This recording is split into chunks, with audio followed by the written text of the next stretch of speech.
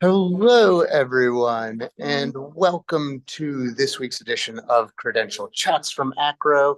I'm your host, Noah Geisel. Really excited that we're doing, I think, only our second ever live, in-person 3D live stream with our colleagues from Florida Gulf Coast University. We have Kristen Vancello and Lisa Johnson, and thank you. Yes. I got so scared. I got it wrong right after that. Sorry, we had a little connectivity issue, but we are live with you now. And we're really excited. We are at the Convergence Conference, a co-production of AACRAO and UPSIA in New Orleans, where we have several hundred practitioners from continuing education, as well as registrar and enrollment management professionals talking all about micro-credentials and digital badges and credential innovation, and really excited to be with some real leaders here at Florida Gulf Coast University, where you're doing some innovative stuff. And Christian, Lisa, maybe you could just kind of kick us off with, kind of what are you doing? Because most of us are trying to figure out, do we do one thing? And y'all are doing three things. Well, we would love to elaborate on that. And thank you so much for having us to talk about what we have been able to launch and what we think we've been able to really start that's innovative in Southwest Florida. We have started micro-credentialing that results in the award of digital badges. And we started this work back in 2019. And so we've been very, very intentional in bringing employers to the table in order to talk about the skills gaps that they might be enduring, whether it's graduates of our institution or their incumbent workforce. So over time, we went through the practice of identifying what micro-credentials meant for our institution and for our region. And we really set about to create three specific categories that we've successfully launched. And so that includes a category that is really designed to upskill and reskill our current workforce, working with our continuing education and workforce and program development. We also have launched transferable skills that are aligned with the base competencies. So we all know the National Association of Colleges and Employers and how important it is that we're hearing the employer voice through that organization and really responding as institutions of higher ed. And we've also launched a third, which is unique to FGCU, and that is called industry specific. And that's where we really have aligned curricular experiences so that we're teaching the content, but then we're bringing the employer in to create a competency-based assessment that in every case has resulted in our students being guaranteed interviews with those participating employers. So those are three of the micro-credentials that we've started that really do then align with stackable opportunities into degree programs and other opportunities.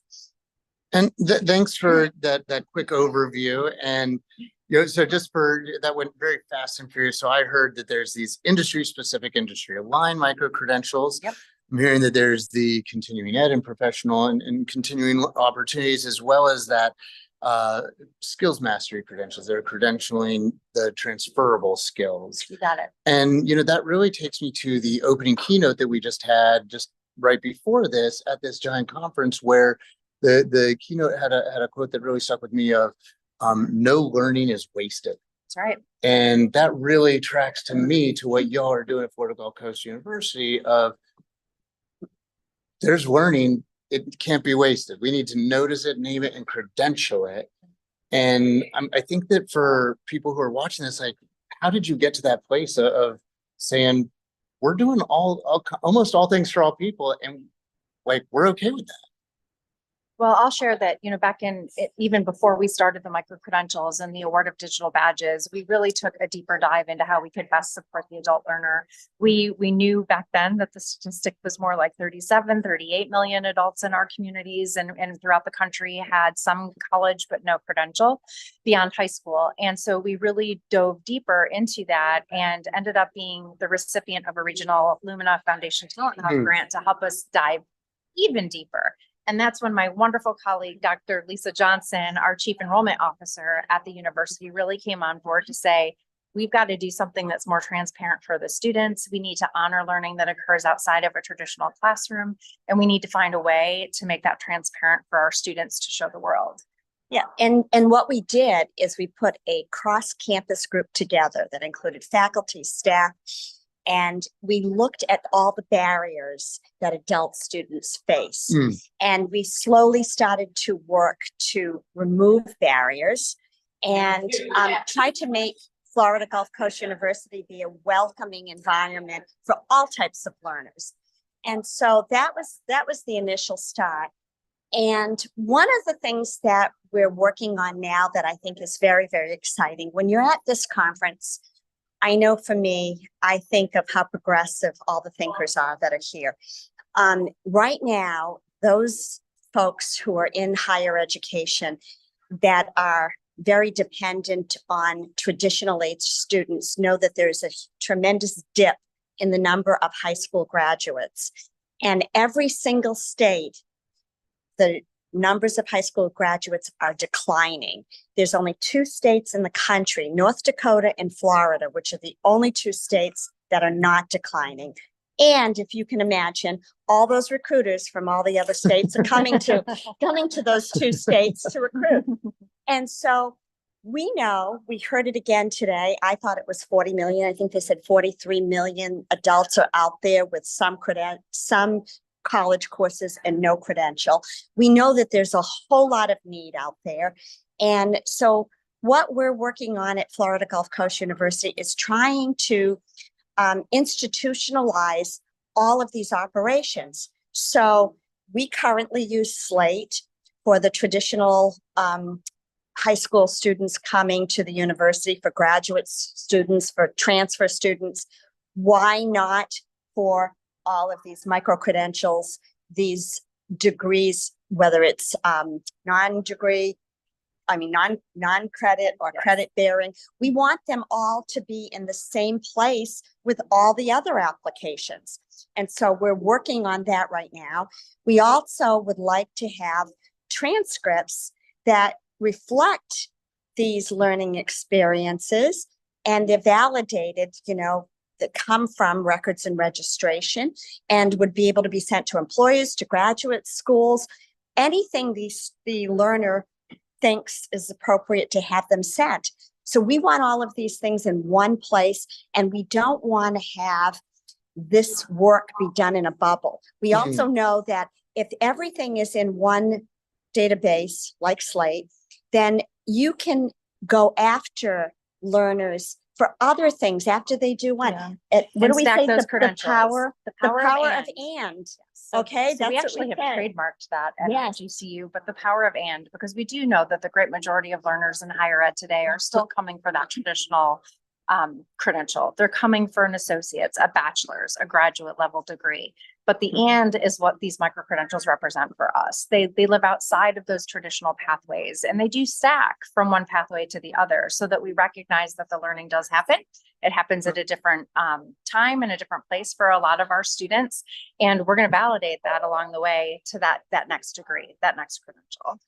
More than 35 institutions have closed over the past year because of finances. They have not been able to meet their enrollment targets. And this is an entire area that universities need to embrace with these declines in traditional age students, and open up their campuses to all of the adult students that are out there that want these types of learning experiences.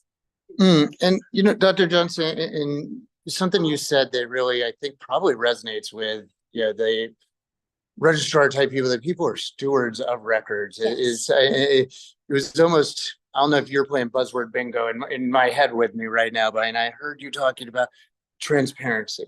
Yes. And we're talking about what do our learners know and are able to do? Like how might we do a better job being transparent and telling the story of their awesomeness? I heard you talking about just student-centered approaches, that this is about students.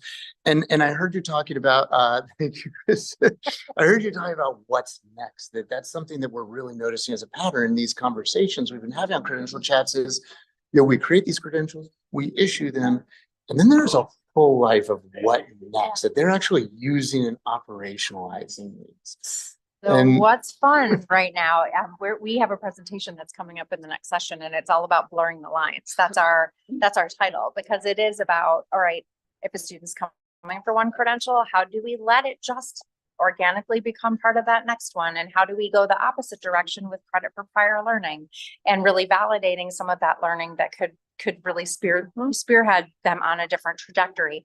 And we've even talked about institutionally, how about we proactively allow a student to know when they're ready for a credential that they didn't know that they were eligible for, so that they don't become part of that statistic moving forward if they have to take time to step away, or they choose to step away because they have a great career opportunity or other obligations. And so it's being more proactive, because while yes, we want them to stay, yes, you know, as one of the state universities in the Florida system, our number one priority is to issue those bachelor's degrees and get people to work.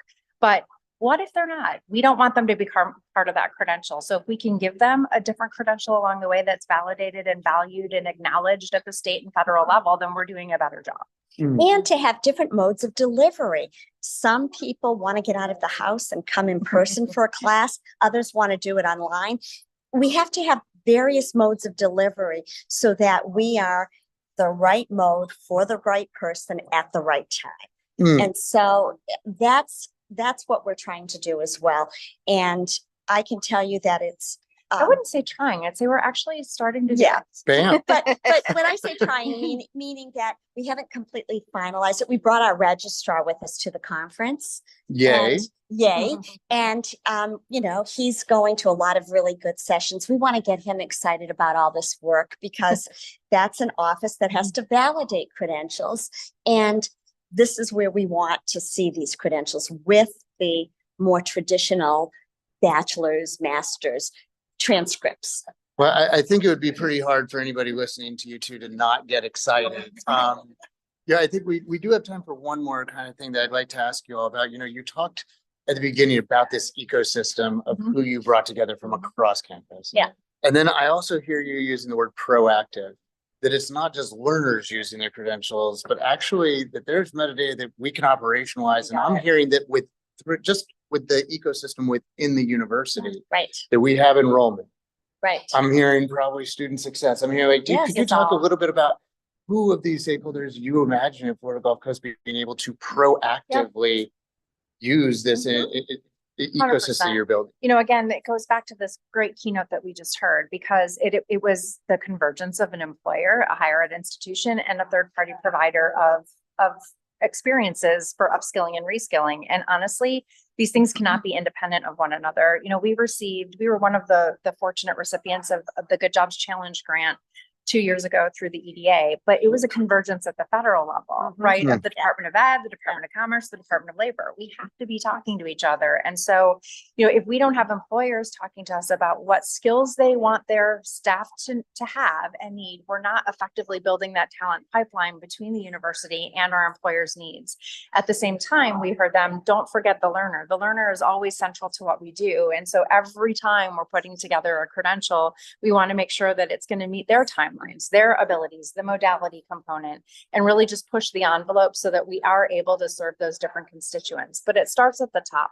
It starts with that institutional commitment from your president, from your cabinet, to say this is a priority for our community. And as a regional comprehensive institution, we've really been able to operationalize that. And lastly, we need the convergence of technology so that all of these campus stakeholders are also able to speak to students and hear about students with the same technology.